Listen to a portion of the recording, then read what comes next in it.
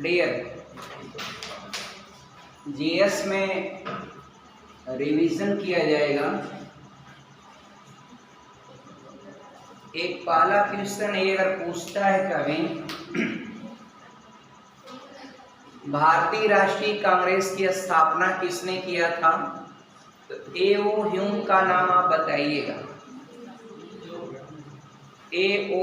Hume ये नाम बताएंगे आप। और वह एक असैनिक सेवक थे, सेना में नहीं थे, असैनिक सेवक थे। और भारतीय राष्ट्रीय कांग्रेस की स्थापना कब हुई थी, 1885 बताइएगा। भारतीय राष्ट्रीय कांग्रेस का जो प्रथम अधिवेशन हुआ था उसमें भाग लेने वाले लोगों का यानी प्रतिनिधियों की संख्या कितनी थी, तो 72 थी। और भारतीय राष्ट्रीय कांग्रेस का जो पहला अधिवेशन हुआ था वह किस शहर में हुआ था, तो बंबई में हुआ। और भारतीय राष्ट्रीय कांग्रेस के पहले अध्यक्ष कौन थे, तो W.C. बनर्जी का नाम बताइएगा। कौन, W.C. बनर्जी। और डियर, भारतीय राष्ट्रीय कांग्रेस के दूसरे मुस्लिम अध्यक्ष कौन थे, रहीमतुल्लाह मोहम्मद सयानी, ये नाम याद रखिएगा। और डियर, भारतीय राष्ट्रीय कांग्रेस का जब स्थापना हुआ तो उस समय भारत का वायसराय कौन था, लॉर्ड डफरिन, लॉर्ड डफरिन। और डियर, एक बात और बताइएगा, भारतीय राष्ट्रीय कांग्रेस के दूसरा जो अधिवेशन हुआ था उसकी अध्यक्षता किसने किया था, दादा भाई नौरोजी ने किया था। और डियर, भारतीय राष्ट्रीय कांग्रेस के द्वितीय सम्मेलन में मुस्लिम प्रतिनिधियों की संख्या थी कितनी, 33। आगे बताइएगा डियर, भारतीय राष्ट्रीय कांग्रेस का प्रथम निर्वाचित यूरोपीय अध्यक्ष कौन थे, जॉर्ज यूले थे, जॉर्ज यूले। और एक क्वेश्चन अगर आपको कभी भी पूछता है, वह अधिवेशन जिसके लिए कांग्रेस ने पहली बार एक महिला को अध्यक्ष चुना था, तो अधिवेशन था 1917 का कलकत्ता अधिवेशन, जिसमें एक महिला को अध्यक्ष पद के लिए चुना था। और महिला डियर, और भारतीय एक कांग्रेस की जो प्रथम महिला अध्यक्ष कौन थी, तो वह सरोजनी नायडू थी। आपका डियर, सरोजनी नायडू, आपका ये नाम याद रखिएगा डियर। और आगे हमको ये बताइएगा कि भारतीय राष्ट्रीय कांग्रेस का 27वां अधिवेशन कहाँ हुआ था, तो बांकीपुर में हुआ था, बांकीपुर। आगे है डियर, पूछा गया है कि कांग्रेस आंदोलन न तो लोगों द्वारा प्रेरित था और न ही उसके द्वारा सोचा या योजनाबद्ध किया गया था। तो ये कहा था स्टेटमेंट किसने, तो लाला लाजपत राय ने कहा था कि कांग्रेस जो है, कांग्रेस आंदोलन न तो लोगों द्वारा प्रेरित था और न ही उसके द्वारा सोचा या योजनाबद्ध किया गया, मैंने विदाउट एनी प्लानिंग ये आपका कांग्रेस आंदोलन था। आगे है डियर, एक प्रश्न और पूछता है कि गांधी जी एकमात्र अधिवेशन की अध्यक्षता किए थे, बेलगाम अधिवेशन जो कर्नाटक में पड़ता है। और डियर, आगे आपको प्रश्न आएगा कि ये सुभाष चंद्र बोस जी ने किस अधिवेशन की अध्यक्षता किया था, तो हरिपुरा में जो अधिवेशन हुआ था उसी का अध्यक्षता किया था सुभाष चंद्र बोस जी ने। और 1938 में वह अधिवेशन हुआ है जिसमें सुभाष चंद्र बोस ने अध्यक्षता की थी। जब भारत स्वतंत्र हुआ तो उस समय कांग्रेस के अध्यक्ष कौन थे, तो जे.बी. कृपलानी बताइएगा। जब भारत स्वतंत्र हुआ उसमें कांग्रेस के अध्यक्ष थे आपका जे.बी. कृपलानी। जब भारत स्वतंत्र हुआ उस समय कांग्रेस के अध्यक्ष थे जेबी कृपलानी। जनगण मन पहली बार कहाँ गाया गया था? तो कलकत्ता अधिवेशन 1911 में। जो भारतीय राष्ट्रीय कांग्रेस का जो अधिवेशन हुआ था 1911 में कलकत्ता में, उसी में पहली बार जनगण मन को गाया गया था। और डियर भारतीय राष्ट्रीय कांग्रेस का, बेटा क्लास में बैठ जाओ, भारतीय राष्ट्रीय कांग्रेस का अंतिम अधिवेशन जिसमें बाल गंगाधर तिलक ने भाग लिया था वह कहाँ हुआ था? तो अमृतसर अधिवेशन में उन्होंने भाग लिया था, अमृतसर में हुआ था। अमृतसर एक शहर है पंजाब की, और वह अधिवेशन 1919 में हुआ था। इसके बाद कांग्रेस जो है दो दलों में बढ़ गई, कांग्रेस का गरम दल और नरम दल। आगे हमको ये बताइएगा कि ये अधिकतर जो नरमपंथी नेता थे वह शहरी थे या ग्रामीण थे? तो शहरी क्षेत्रों से बिलोंग करते थे। और डियर आगे और बताइएगा, बाल गंगाधर तिलक, मदन लाल, उधम सिंह और गोपाल कृष्ण गोखले में कौन आपका उग्रपंथी नहीं था? तो गोपाल कृष्ण गोखले। आपको पता है महात्मा गांधी के राजनीतिक गुरु का नाम है गोपाल कृष्ण गोखले। ये कभी कभी पूछा जाता है महात्मा गांधी के राजनीतिक गुरु का नाम क्या था? तो गोपाल कृष्ण गोखले। शेरे पंजाब के नाम से किसको जाना जाता है? तो शेरे पंजाब के नाम से मशहूर थे लाला लाजपत राय, उस शेरे पंजाब कहा जाता है। और लाला लाजपत राय ने अपना राजनीतिक गुरु किसको माना था? मैजिनी को माना था। किसको? मैजिनी को। और डियर आप हमें बताइएगा, गोपाल कृष्ण गोखले, बाल गंगाधर तिलक, एओ ह्यूम और मदन मोहन मालवीय, इसमें आपका मध्यम मार्गी कौन नहीं था? तो मध्यम मार्गी के रूप में बाल गंगाधर तिलक नहीं थे। भारतीय अशांति के जनक के रूप में किसको माना जाता है? लोकमान्य तिलक को माना जाता है। भारतीय अशांति के जनक के रूप में माना जाता है लोकमान्य तिलक। और बाल गंगाधर तिलक को अशांति का जनक किसने कहा था? वैलेंटाइन सिरोल ने कहा था। और एक प्रश्न अगर पूछता है आपको कि क्रांतिकारियों में एक गुप्त समाज यानी अभिनव भारत का गठन किसने किया था? वीडी सावरकर ने किया था। और वीडी सावरकर। और मित्रों बताइएगा, 1905 में क्रांतिकारी संगठन अभिनव भारत ये बना था। इसका गठन आपका भारत के किस राज्य में हुआ था? तो आप बताएंगे महाराष्ट्र में। अभिनव भारत का गठन कहाँ हुआ था? महाराष्ट्र में। आगे बताइएगा, अगला क्वेश्चन डियर आप बताइएगा, सरफरोशी की तमन्ना अब हमारे दिल में है और देखना है जोर कितना बाजुए का दिल में है। तो ये पंक्ति आपका किसके द्वारा लिखी गई? बिस्मिल अजीमाबादी ने लिखा है इस पंक्ति को। और डियर अंग्रेजी सरकार ने काकोरी षड्यंत्र के मामले में फांसी पर किसको चढ़ाया था? तो डियर राम प्रसाद बिस्मिल, अशफाक उल्लाह, रोशन लाल और राजेंद्र लाहिड़ी, ये चार नाम है मित्रों। और काकोरी षड्यंत्र कब हुआ था? 1925 में हुआ था। राम प्रसाद बिस्मिल, रोशन सिंह, भगत सिंह, अशफाक उल्लाह खां क्रांतिकारियों में से काकोरी षड्यंत्र केस से किसका नाम नहीं जुड़ा था? तो भगत सिंह का नाम उससे नहीं जुड़ा था। आगे मित्रों बताना है कि काकोरी कांड मुकदमे में सरकारी वकील कौन थे? तो जगत नारायण मुल्ला थे आपका डियर, याद रखिएगा।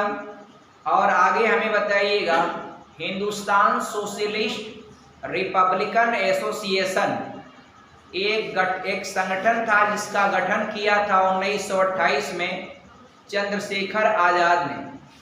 मित्रों, चंद्रशेखर आजाद उत्तर प्रदेश के किस जिले से बिलोंग करते थे? तो उत्तर प्रदेश का एक जिला है उन्नाव। उन्नाव से बिलोंग करते थे चंद्रशेखर आजाद। चंद्रशेखर आजाद डियर उन्नाव जिले से बिलोंग करते थे और डियर वह एक ब्राह्मण परिवार के थे। क्या थे मित्रों? ब्राह्मण परिवार के थे। आपने देखा होगा चंद्रशेखर आजाद की जो प्रतिमा लगती है कहीं भी, बहुत जगह लगी होगी, एक उनका ऐसा फोटो लगा होता है जिसमें रिवॉल्वर लिए होते हैं और एक हाथ जो है अपना मुंह सैंटते होंगे। उनके बॉडी में आपका वह जनेऊ आपको देखने को मिलता है। तो डियर चंद्रशेखर आजाद, आज भी आप जाएंगे इलाहाबाद में तो एक आपको पार्क मिलेगा, बहुत बड़ा पार्क है, चंद्रशेखर आजाद पार्क। उसी में उनको जो है अंग्रेजी सिपाहियों ने घेर लिया और घेर लिया डियर, तो उन्होंने आपका वहाँ पर एक पेड़ है, वो पेड़ आज भी है वहाँ पर, उस पेड़ के पास उन्होंने गोलियां चलाई काफ़ी देर तक। इसके बाद जब उनके पास कोई विकल्प वहाँ से बचने का नहीं मिला तो उन्होंने अंग्रेज़ों के हाथों जाने से बेहतर उन्होंने अपनी पिस्टल से या अपनी जो रिवॉल्वर से एक गोली अपने स्वयं को उन्होंने मारा और वहीं पर वह शहीद हो गए। फिर भी उसके बाद भी आपका अंग्रेज़ों की सिपाहियों की हिम्मत नहीं थी कि उनके शरीर के पास जो है चले जाए। काफ़ी देर मशक्क़त के बाद, कई घंटों के बाद, मतलब जब उनको लगा कि एकदम जो है अब चंद्रशेखर आजाद जी नहीं रहे, तब वह किसी तरह से हिम्मत जुटा करके वह पहुँचे थे। तो डियर ऐसे थे हमारे वीर योद्धा जिन्होंने अपने प्राणों की कुर्बानी इस तरह से दिया, आपका डेडिकेटेड रहे आपका देश के प्रति। तो कहीं न कहीं वो देखा होगा आपने डियर, इसलिए उनके द्वारा आज़ाद किया गया जो भारत है हमारा, उस भारत को आप जो है ऐसा सजाइए, ऐसा एक प्रस्तुतिकरण आप समाज में दीजिए कि जहाँ भी उनकी आत्माएं हों उनको गर्व हो कि हमारे द्वारा ये जो आज़ाद किया गया भारत आज कितनी तरक्की से आगे की ओर बढ़ रहा है। तो मित्रों, हम सभी की रिस्पॉन्सिबिलिटी बनती है कि अपने भारत के इंसानियत और मानवता को आगे बढ़ाते हुए भारत का हर चीज़ जो भी हमारा नैतिक कर्तव्य बनता है उसका सही तरीके से निर्वहन करें और हमारे द्वारा कोई ऐसी एक्टिविटी ना हो जिससे समाज के किसी अन्य व्यक्ति को कोई परेशानियों का सामना करना पड़े। जैसे तमाम लोग होते हैं, इतनी समाज में बुराइयां हैं, तो कहीं न कहीं सामाजिक बुराइयां दूर होनी चाहिए। आपने देखा होगा रास्ते में हर जगह देखिए ना, आपका सबसे बड़ी बात यह है कि दूसरे के कामों में व्यवधान पहुंचाना, ये आजकल टेंडेंसी बन गई लोगों का। कोई आदमी डेवलप कर रहा है, विकास कर रहा है, तो उसके काम को कैसे रोका जाए। अभी आपका तमाम ऐसे रास्ते हैं, भारत देश में सब कोई सोचता है, पेरिस की बात सोचता है, फ्रांस या फिर जर्मनी की बात सोचता है कि बर्लिन की तरह हो जाए हमारा भारत, या इंग्लैंड की तरह हो जाए, या फिर शिकागो की तरह हो जाए, न्यूयॉर्क की तरह हो जाए, वाशिंगटन डीसी की तरह हो जाए। लेकिन क्या होगा डियर, जो कुछ भी काम होता है सरकारी पैमाने पर या जहाँ भी होता है, तो वहाँ पर कोई भी काम आपका, जो भी आपका वहाँ के अगल बगल के लोग होते हैं, उस काम को आपका कहीं न कहीं खराब करने की कोशिश करते हैं। तो इस तरह से आपका कम से कम इस तरह की टेंडेंसी और उनकी मनोवृत्ति जो है कम से कम दूर होना चाहिए, ताकि आपके जो रास्ते हों, सड़क हों, रास्ते पर चल रहे हों, तो आप हमेशा दूसरों का ख्याल रखें कि दूसरे को कोई असुविधा न हो। अपने जल्दीबाजी में दूसरे को नुकसान पहुंचाने की कोशिश लोग कर देते हैं। तो इसलिए आपका डियर कहीं न कहीं ये सारी चीज़ें दूर हो पाएंगी। By education you can finish आपका all difficulties of your nation आपका, और आपका you can also to have a progress और प्रोग्रेसिव टू योर नेशन। तो आप कोशिश करें, मेहनत करें। आगे मैं बढ़ता हूँ डियर, जरा अगला प्रश्न बताना है कि लंदन में इंडियन होम रूल सोसाइटी को प्रारंभ किया था किसने? तो श्याम जी कृष्ण वर्मा ने इसको आरंभ किया था। इंडियन होम रूल सोसाइटी की स्थापना 1905 में हुआ था मित्रों। कब हुआ था? 1905 में। अब आपसे प्रश्न किया जाए गदर पार्टी की स्थापना कब हुई थी? 1913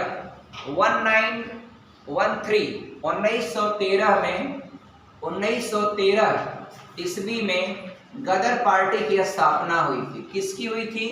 गदर पार्टी की स्थापना हुई थी 1913 में। आगे हम बात करेंगे गदर पार्टी के सबसे पहले सभापति कौन थे? तो सोहन सिंह भाखना ये थे आपका गदर पार्टी का पहला सभापति जो थे वह सोहन सिंह भाखना का ये नाम था उनका। और डियर आप आगे हमें बताइएगा गदर पार्टी की स्थापना किस कंट्री में हुआ था? तो यूएसए में हुआ था डियर, संयुक्त राज्य अमेरिका में हुआ था डियर। और गदर क्या था डियर? गदर मित्रों भारतीयों का एक क्रांतिकारी संघ था, एक यूनियन था जिसका प्रधान कार्यालय सैन फ्रांसिस्को में था। कहाँ था? सैन फ्रांसिस्को में था। याद रखिएगा सैन फ्रांसिस्को कहाँ पड़ता है मित्रों? कौन बताएगा? भाई चौबे आप बताइए। सैन फ्रांसिस्को अमेरिका का एक कैलिफोर्निया राज्य, उसी के पास आप देखे होंगे सैन फ्रांसिस्को है। सैन फ्रांसिस्को अगर मैं पूछूं कि किस समुद्र के किनारे है तो आप जवाब देना चाहिए आपको प्रशांत महासागर के किनारे पर है। अगर आपसे प्रश्न आ जाए कि अमेरिका का जो फ्लोरिडा राज्य है वो आपका किस समुद्र के किनारे पर स्थित है तो आप बताएंगे अटलांटिक महासागर के किनारे पर। यह अटलांटिक महासागर जो है उसी के सराउंडिंग आपका जो है घिरा हुआ है कौन? अमेरिका का फ्लोरिडा राज्य। और मित्रों यूएसए के नीचे आपका एक मैक्सिको देश है। अब मैक्सिको के नीचे मैक्सिको की खाड़ी, तो वह खाड़ी आपका किस महासागर में स्थित है तो आप बताएंगे अटलांटिक महासागर में। मित्रों अगर आपको प्रश्न आ जाए कि पनामा नहर किन दो महासागरों को जोड़ती है तो आप बताएंगे प्रशांत महासागर को अटलांटिक महासागर से जोड़ने का काम करती कौन? पनामा नहर। अब मित्रों आप हमें बताइएगा कि स्वेज नहर किन दो सागरों को जोड़ती? तो सागरों में आपका भूमध्य सागर को लाल सागर से जोड़ती। अब भूमध्य सागर की कुंजी आपका किसे कहते हैं? जिब्राल्टर को कहते हैं। किसको कहते हैं? जिब्राल्टर को। अब जिब्राल्टर जो है पर किस देश का अधिकार है तो आप बताएंगे क्या? कौन सा देश का अधिकार है जिब्राल्टर पर?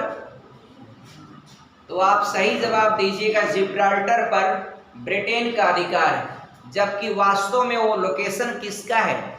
स्पेन का है। किसका है? स्पेन का है। तो जिब्राल्टर को लेकर के स्पेन का ब्रिटेन के साथ अच्छे संबंध नहीं है। क्या है? नहीं है। आगे बढ़ेंगे डियर। भूमध्य सागर में एक प्रकाश स्तंभ उसका बोला जाता है। हाँ डियर, स्ट्राम्बोली को कहा जाता है भूमध्य सागर का प्रकाश स्तंभ। स्ट्राम्बोली जो है ना डियर एक सक्रिय ज्वालामुखी है।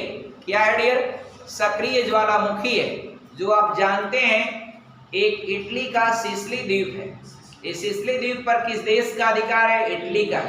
इटली पर जो आपका इटली का जो अधिकार है सिसिली द्वीप पर, उसी पर है स्ट्राम्बोली वोल्केनो यानी ज्वालामुखी, जो हमेशा क्या होता है? धधकता रहता है। हमेशा उससे लावा राख मैग्मा निकलता है और पूरे आपका मेरिडियन सी में चारों तरफ क्या हो जाता है? उजाला हो जाता है। इसलिए मित्रों उसको कहते हैं, स्ट्राम्बोली को कहते हैं भूमध्य सागर का प्रकाश स्तंभ। भूमध्य सागर में एक देश और है इटली। इटली आपका भूमध्य सागर के किनारे ही आपका बसा हुआ है। वहां पर एक शहर है वेनिस। वेनिस को कहाँ की रानी कहा जाता है? आप उसका नाम बताइए, उपनाम। हाँ डियर, आपका बहुत अच्छा डियर। एडियाट्रिक सागर की रानी कहा जाता है ना डियर। आगे जरा हमें बताइएगा, अगला प्रश्न आप बताएंगे, मार्ले मिंटो सुधार ये बिल कब पारित हुआ था? 1909 में, 1909। जब आप पूरा अच्छी किताबों को लेकर के पूरा रिवाइज करेंगे, बार बार मेहनत करेंगे, तब जाकर के आपकी तैयारी बेहतर होती।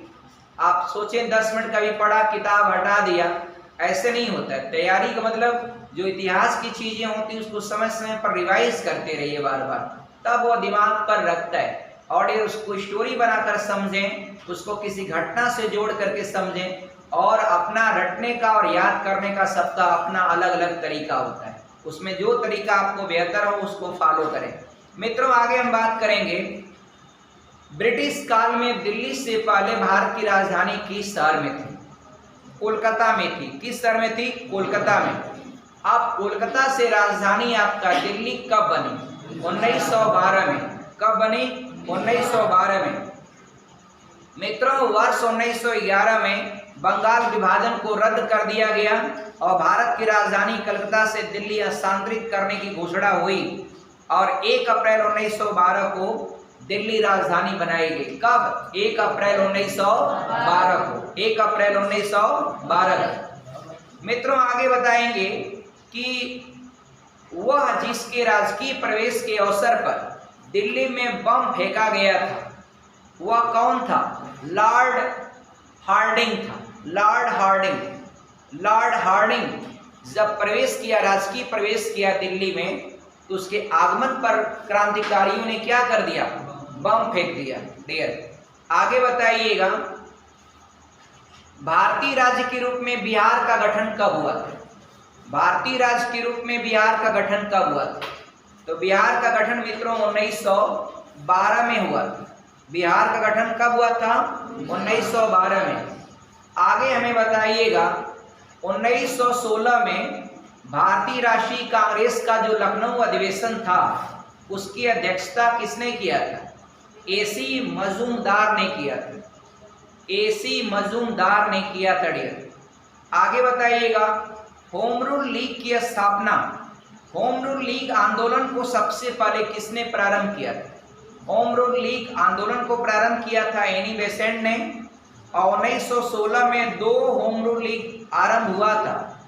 तिलक और एनी बेसेंट के नेतृत्व में अलग अलग हुआ था। डियर, आगे जरा हमें बताइएगा, डियर, अगला एक क्वेश्चन जो बार बार पूछता है, डियर, एनी बेसेंट के संबंध में एक कथन क्या यह सही है? तो होम रूल आंदोलन प्रारंभ करने के लिए एनी बेसेंट उत्तरदायी थी, ये बात सही है। और इंडियन नेशनल कांग्रेस की एक बार की अध्यक्षता थी, मतलब एक बार वो अध्यक्ष बनी थी। कौन? Annie Besant. आगे बताएंगे डियर, 1920 में वह संस्था बताइए जिसका नाम बदल करके स्वराज्य सभा रख दिया गया। तो all India home rule league का नाम बदल करके स्वराज सभा रखा गया था। मित्रों, गांधी जी के बारे में बहुत सारे प्रश्न आते रहते हैं। डियर, बहुत अच्छा उनका योगदान रहा हमारे देश की आज़ादी में, इसलिए गांधी जी से रिलेट करके आपका बहुत सारे प्रश्नों को आपके सामने रख रहे हैं। जरा आप फटाफट बताने की कोशिश करिएगा। करमचंद गांधी दीवाने थे किसके? पोरबंदर, राजकोट एवं बीकानेर के। करमचंद गांधी आप जानते ही हैं, उनका वास्तविक नाम था डियर। हाँ डियर, अब आप हमको बताइएगा, इसमें पूछ रहा करमचंद गांधी दीवाने थे किसके?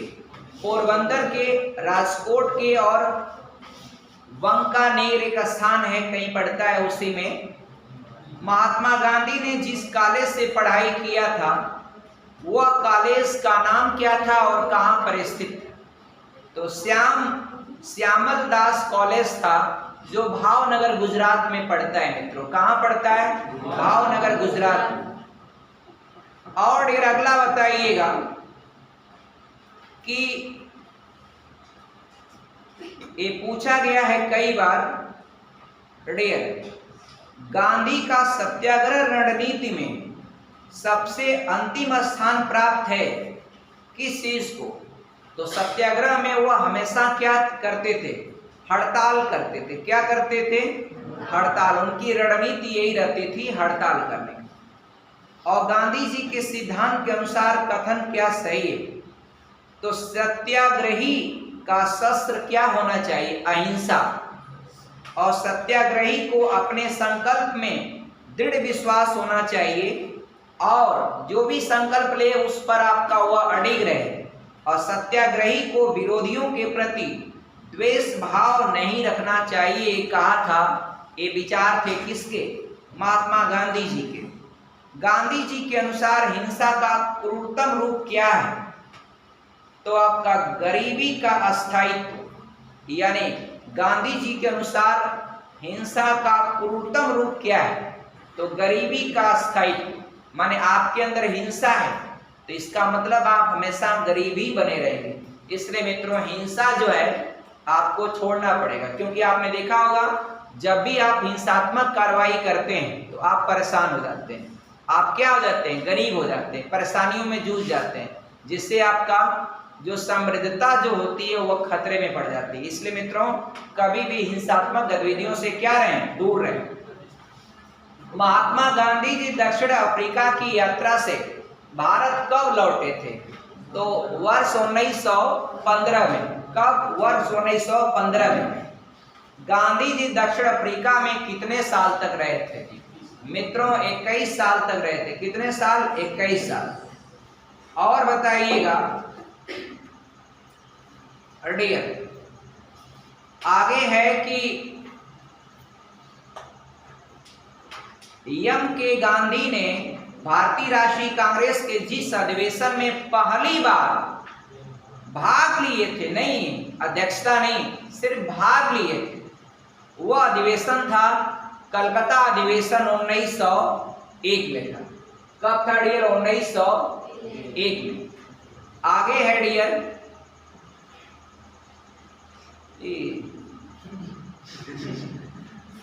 सो रहा था जाते बच्चे। देखिए आगे बताइएगा, गांधी जी ने सेवा धर्म अपनाया था कहां से?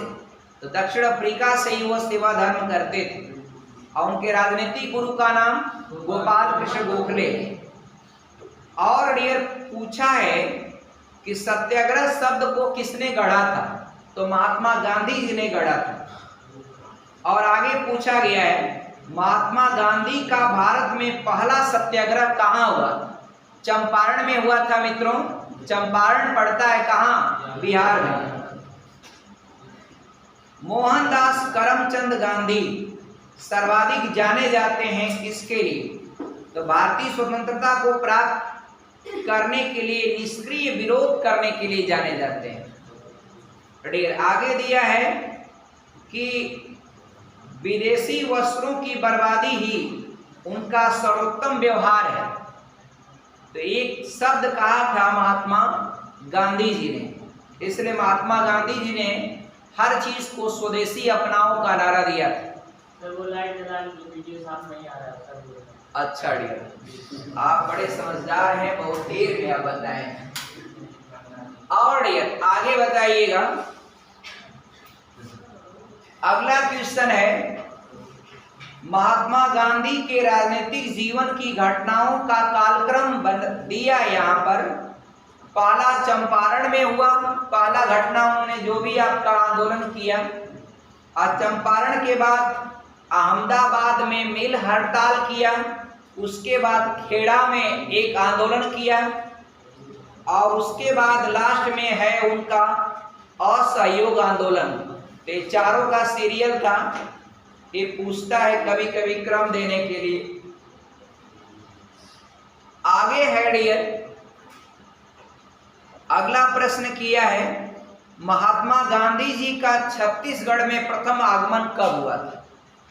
ये कोई विशेष प्रश्न नहीं, फिर भी सुन लीजिए।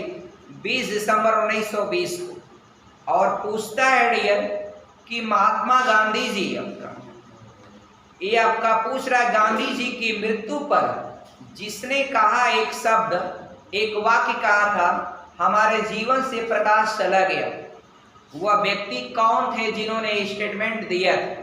जवाहरलाल नेहरू ने कहा था, महात्मा गांधी जी के मृत्यु पर कहा था, पंडित जवाहरलाल नेहरू ने कहा था कि हमारे जीवन से प्रकाश चला गया। और गांधी जी को वन मैन बाउंड्री फोर्स कह करके संबोधित किया था किसने? माउंटबेटन ने। किसने? माउंटबेटन ने। आगे है मित्रों, आगे प्रश्न किया है कि भारतीय राजनीति में प्रवेश के पूर्व 1 वर्ष तक देश में पर्यवेक्षक एवं विद्यार्थी के रूप में रहने की सलाह गांधी जी को किसने दिया था? तो गोपाल कृष्ण गोखले ने, क्योंकि वह उनके राजनीतिक गुरु थे। अगला है डियर, अहमदाबाद सत्याग्रह आरंभ किया गया था। सूती मिल कामगारों के लिए महात्मा गांधी जी ने करवाया था। इस आंदोलन में उनकी अहम भूमिका थी। और मित्रों पूछ रहा है कि चंपारण में 3 कठिया प्रथा का तात्पर्य क्या था? तो डियर 20 भाग अगर भूमि है तो उसमें से 3 भाग भूमि पर नील की खेती करना, और अंग्रेजों के द्वारा ये आपका जबरदस्ती करवाया जाता था कि अगर आपके पास 20 खेत है तो 3 बीसवा पर आपको नील की खेती करना ही करना। और अंग्रेज करवा करके वो नील लेके कहाँ चले जाते थे? इंग्लैंड, और वहां पर सफेद सफेद कपड़ों में नील लगा के घुमा करते थे। अब मित्रों नील की खेती करने से ये नुकसान था कि वो मिट्टी की उर्वरता बहुत जल्दी खराब होती थी और अगली फसल के लिए वो काफी आपका हानिकारक होता था वो खेत। इसलिए डियर यहाँ पर गांधी जी ने इसका भरपूर विरोध किया और गांधी जी का एक पहला आंदोलन था डियर, कौन सा? चंपारण सत्याग्रह। याद रखिएगा, ये बार बार पूछा है डियर। आगे मित्रों पूछ रहा है कि चंपारण जांच में आचार्य जेबी कृपलानी महात्मा गांधी के सहयोगियों में से एक थे। कौन? जेबी कृपलानी का नाम इतिहास में आपने सुना होगा। और डियर महात्मा गांधी के चंपारण सत्याग्रह से संबंध एक लोगों का और था, राजकुमार शुक्ल का था। डियर याद रखिएगा। और चंपारण आंदोलन से संबंध रखते थे 2-3 नाम और याद रखिएगा, राजेंद्र प्रसाद का, अनुग्रह नारायण सिन्हा का और जेबी कृपलानी का। ये तीनों नाम याद रखिएगा डियर। आगे है चंपारण नील आंदोलन के राष्ट्रीय नेता कौन थे? तो महात्मा गांधी का ही नाम आता है। और महात्मा गांधी के चंपारण सत्याग्रह का विरोध किसने किया था? तो एनजी रंगा ने किया था, उनके सत्याग्रह का विरोध किया था। आगे डियर है, आगे अगर पूछता है बारदोली सत्याग्रह कब हुआ था? तो 1928 में हुआ था मित्रों। बारदोली सत्याग्रह का नेतृत्व किया था सरदार वल्लभ भाई पटेल ने। तो बारदौली की महिलाओं ने ही सरदार वल्लभ भाई पटेल को सरदार की उपाधि दिया था। और बारदौली मित्रों कहाँ पड़ता है? तो आपका गुजरात में पड़ता है। कहाँ पड़ता है? गुजरात में। पश्चिम बंगाल में। अच्छा, आगे बताइएगा मित्रों। अब आपको 4 आंदोलन है, इसको सुमेलित करना है। तो बारदौली सत्याग्रह का नाम जब भी आएगा तो सरदार वल्लभ भाई पटेल से जोड़िएगा। और भारतीय किसान संस्थान का नाम जब भी आएगा तो एनजी रंगा का नाम जोड़िएगा। और बंगाल प्रजा पार्टी का नाम जब आएगा तो फजलुल हक का नाम जोड़िएगा। और बाकाश संघर्ष का नाम आएगा तो स्वामी श्रद्धानंद सरस्वती का नाम जोड़ना चाहिए। और आगे है, आगे मित्रों और हमें कुछ प्रश्नों का और रिवीजन करना है, जरा आप बताइएगा। जलियांवाला बाग हत्याकांड कब हुआ था मित्रों? 1919 में हुआ था। और रोलेट एक्ट भारत में लागू कब हुआ था? 1919 में। उसी का विरोध में ये जो है कुछ हमारे भारतीय नेताओं को गिरफ्तार कर लिया था अंग्रेजों ने।